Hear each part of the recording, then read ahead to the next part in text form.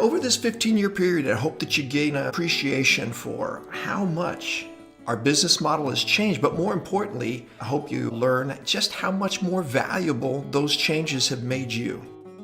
So the smart guys at headquarters characterized the first 30 years of our business model with the term fares, frequency, and fun.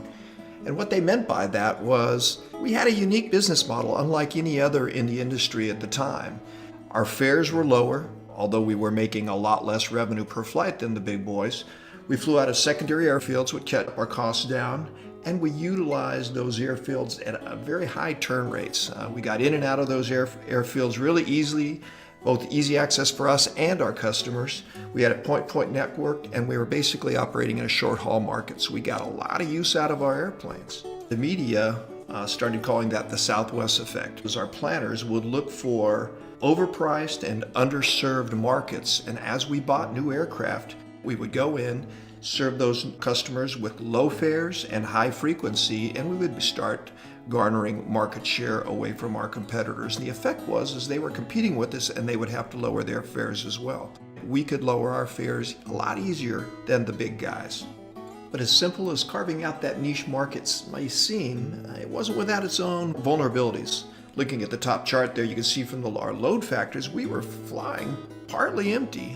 We were not making a lot of revenue per flight, so we had to keep our costs low just to keep the narrowest of profit margins. As we entered the 2000s, we were still a scrappy airline. We just weren't a scrappy young airline. As we matured, our costs went up, and after 9/11, through bankruptcy, our competitors' costs came down. But the big driver for our business model change was a result of the price of fuel. In 2005, 2006, and 2007, as the price of jet fuel continued to rise, our competitors' operating expenses climbed exponentially. During that time, Mr. Kelly had already established some very strong positions in fuel derivatives that gave us up to $100 a barrel of oil advantage over our closest competitor. Our business model became more and more dependent on the success of those fuel hedges, and Mr. Kelly's increasingly aggressive fuel hedges provided a significant business advantage. Well, right up until the time that they didn't.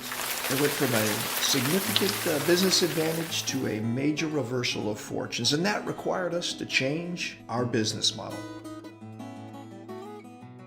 The early part of the transition years can be characterized by having the same fleet and the same network that the scrappy years, but we no longer had cost advantage, particularly once the fuel hedges turned around. We no longer had not only a fuel advantage, we actually had a fuel disadvantage, because a lot of those fuel hedges that still were in effect for the next 5 years caused us to pay a higher price per gallon of jet fuel than the rest of the industry. So our costs were rising. We still, with the same equipment, the same network, were producing low revenue per flight. So the first thing that headquarters decided to do was attack costs, particularly people costs. So they came up with the program called Redefining Excellence. It redefined excellence in the only direction it could possibly go, and that was down. Anyway, the transition years was a whole bunch of stuff like that going on, all focused on lowering costs. And as we talked about earlier, that involved reducing our fleet size by 33 aircraft over 3 years, even while we were increasing destinations. So we were basically robbing Peter to pay Paul, reduced frequency in some of our higher frequency cities, and spread our smaller fleet out over more route pairings. Essentially, we were doing more with less. And the result, predictably, was the ugly years. Our people and our fleet were stretched thin, and it showed. Now I admit, maybe I'm a little overly unkind with terming the transition years the ugly years. Maybe a better, more charitable characterization would be the transition from adolescence to adulthood. We'll call it the awkward tweener years, and there certainly were growing pains. That doesn't mean everything was bad. One of the smart things about reshuffling our network, particularly frequency, you can see up at the top chart there, we actually were starting to increase our load factors just because we didn't offer as many flights a day between city pairs. So that same number of travelers were on fewer flights, and that resulted in an increase in our load factors. Another was immediately after the fuel hedge explosion, one of the ways we kept our fuel costs low is we lowered the number of daily departures. So we actually shrank our flight schedule for a couple of years, and that right-sided our load factors as well.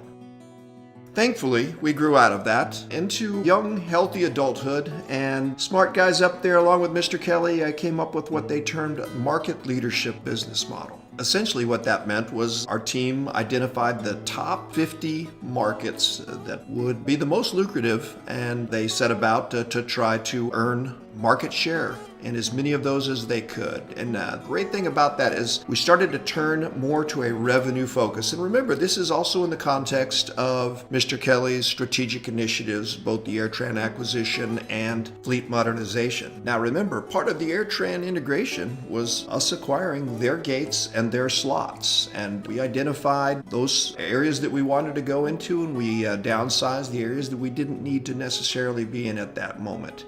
So instead of going to the secondary airfields, we also started focusing on those market areas into the primary lucrative airfields like Boston Logan, New York City, Washington, D.C. And anytime we had an opportunity to gain additional slots in slot-restricted airfields, we aggressively pursued that as well. Also, one of the additional benefits of the fleet modernization, taking bigger airplanes into those slot-restricted airfields, allowed us to bring more seats in there every day.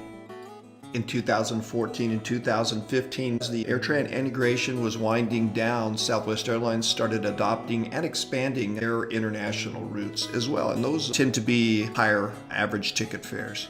And finally, remember last year, about midway through 2017, we implemented our new reservation system, which allowed us to enhance our network, which made it a lot easier to expand and our passengers to book into those lucrative international destinations as well. Overall, though, we've set the foundation to expand our network, and that's a really important thing. What really matters the most is a customer wants to leave from point A and get to point B. Well, if we don't fly out of point A or we don't go to point B, they're not going to choose us. Guess what? We have an expansive domestic network, and we're expanding even further into the international market as well.